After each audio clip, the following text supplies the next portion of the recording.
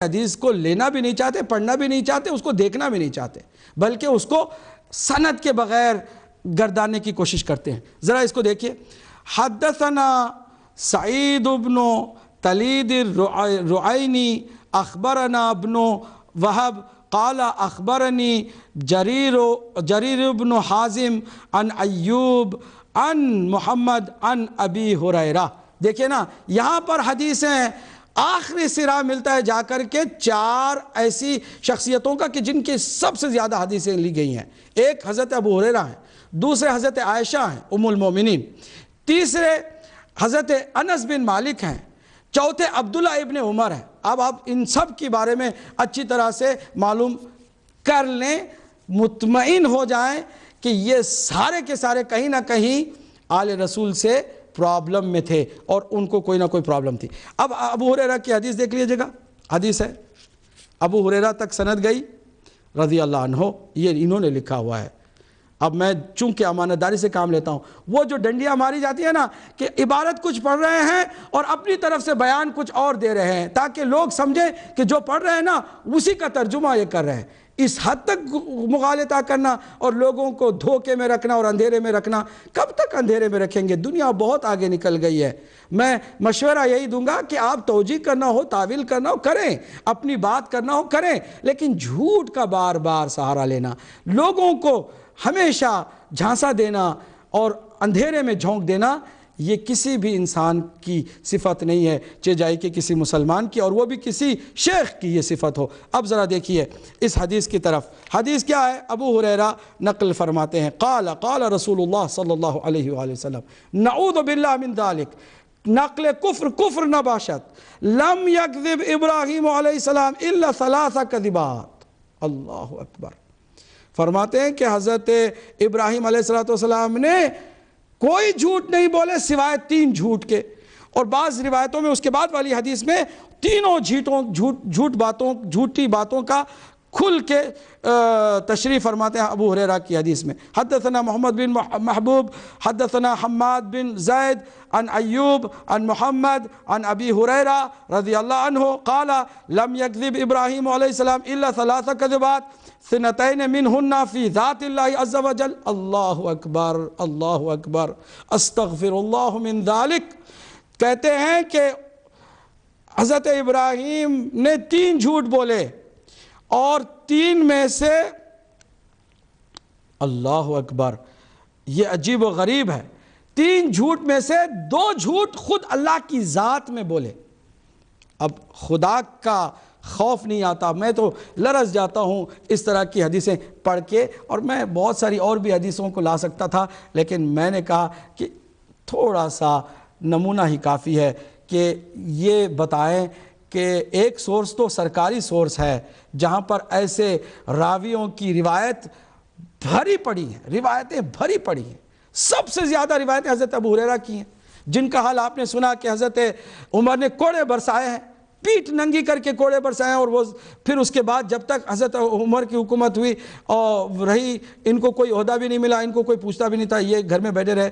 لیکن جب حضرت عثمان آئے، مروان کے ساتھ دوستی ہوگی، پھر اس کے بعد بنی امیہ کے یہ چشم و چراغ بن گئے اور ان کا ستارہ بھی چمکا، جیسا کہ ابھی آپ نے سنا، پھر حدیثوں کا ایک سلسلہ، اوہو اتنی ساری حدیثیں، اور اس طرح کی توہین۔ اب یہ بتائیے، جس کو قرآن نے صدیق کہا ہے، قرآن مجید نے جس اولو العزم پیغمبر کو، حضرت ابراہیم کوئی معمولی پیغمبر بھی نہیں ہے، یہ جو پیغمبر ہیں عام نبیوں کی طرح نہیں ہے، نبیوں میں بھی فضیلتیں ایک سے بڑھ کر ایک ہے نا۔ اب ذرا دیکھیے، تمام انبیاء میں 1.25 لاکھ انبیاء، 1,24,000 انبیاء میں 313 رسول ہیں، اللہ نے رسول ان کو بنایا، 313 ان باقی انبیاء سے افضل ہے۔ 313 میں اللہ نے 5 کو اولو العزم نبی بنایا ہے، اولو العزم پیغمبر ہیں، یہ رسول اولو العزم رسول ہیں، 5 ہیں، 5 جن کو بڑے رسول کہا جاتا ہے۔ تمام دیگر 313 رسولوں سے بھی یہ 5 ممتاز ہیں۔ 5 میں 2 سب سے زیادہ عظیم رسول ہیں، ایک کا نام حضرت ابراہیم علیہ السلام ہے، خلیل اللہ، اور دوسرے کا نام ہے حضرت محمد مصطفیٰ صلی اللہ علیہ وآلہ وسلم۔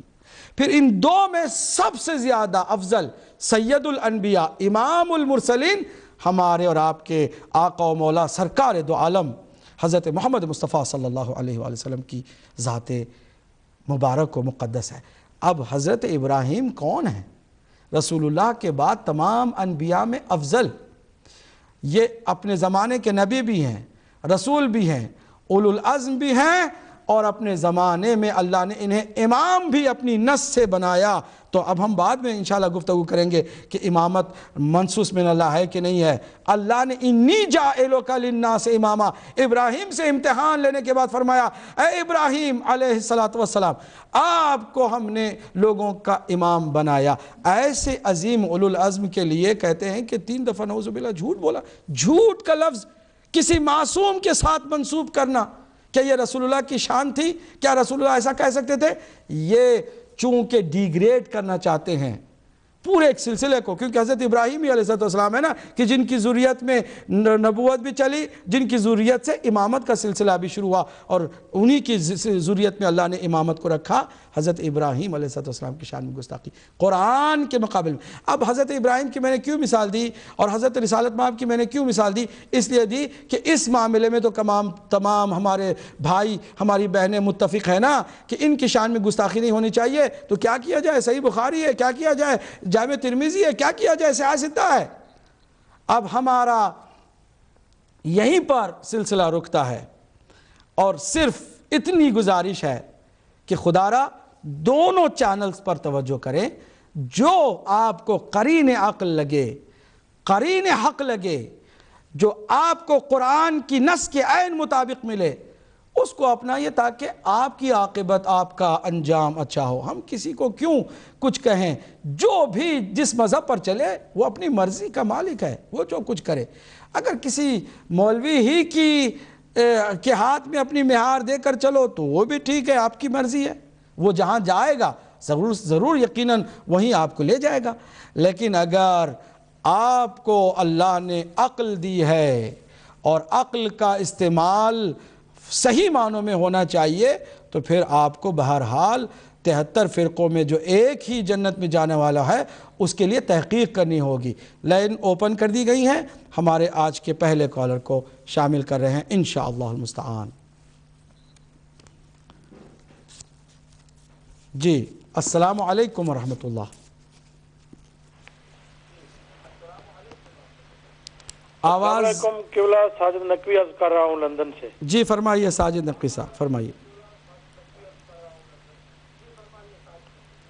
جی فرمائیے۔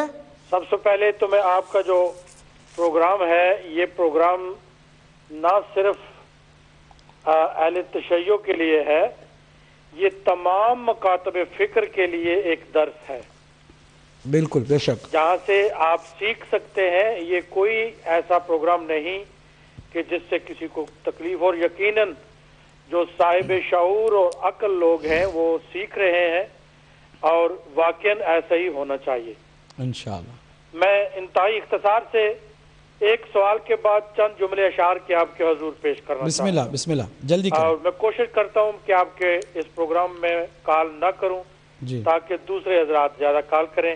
جی میرا سوال یہ ہے کہ جیسا کہ سیاستہ کی کتب میں سے آپ نے کہا کہ 4 جو بڑے راوی ہیں، ان میں حضرت ابو ہریرہ رضی اللہ کا نام سر فہرست، ابھی آپ نے تذکرہ بھی کیا، جی جو کہ فتح خیبر کے بعد جا کے مسلمان ہوئے۔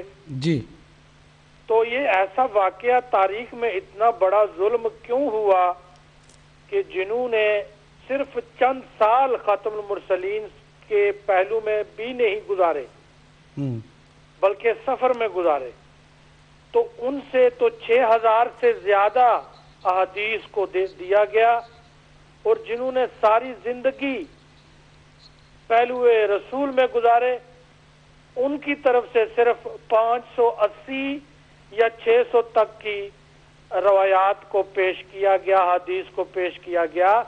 اب شاید وہ جو لوگ یہ دیکھتے ہیں، ان کی نظر میں جب نہج البلاغہ جیسی بڑی کتاب آتی ہے تو اس لیے شاید ان کی چیخ نکل جاتی ہے۔ تو میں گزارش کروں گا کہ یہ تاریخ میں اتنا بڑا واقعہ